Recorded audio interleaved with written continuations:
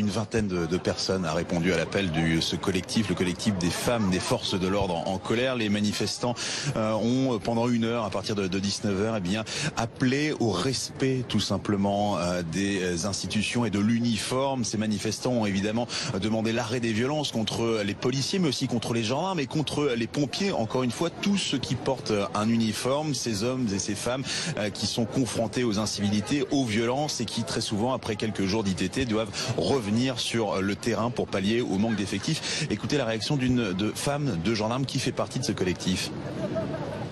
Ça va vomir d'entendre ça, de croire qu'en fait, de filmer ce genre d'actes,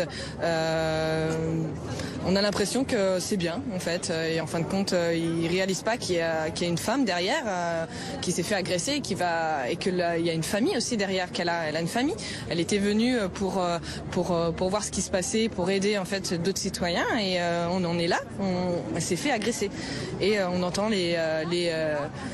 les commentaires un peu derrière qui nous font vraiment, qui nous révoltent quoi, qui nous mettent vraiment en colère, vraiment. Dès qu'ils sortent en intervention, c'est voilà, on va s'amuser avec le policier. On a l'impression que l'uniforme c'est un jeu, mais c'est pas un jeu l'uniforme. L'uniforme c'est en fait c'est les personnes qui portent l'uniforme, ce sont nos hommes. Ils sont là pour protéger la nation. Ils sont pas là pour se faire caillasser tout ça. Enfin c'est inadmissible. Ils comprennent plus qu'on arrive à un stade.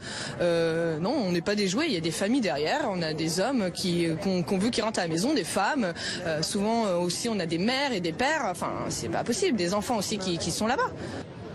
Et le collectif des femmes des forces de l'ordre en colère compte bien continuer cette mobilisation. Plusieurs manifestations sont prévues dans les prochains jours, en province, notamment à Lyon, pour obtenir de meilleures conditions de travail pour ces hommes et ces femmes qui sont soumis au devoir de réserve, mais aussi dans l'espoir d'obtenir un soutien accru de toute la population.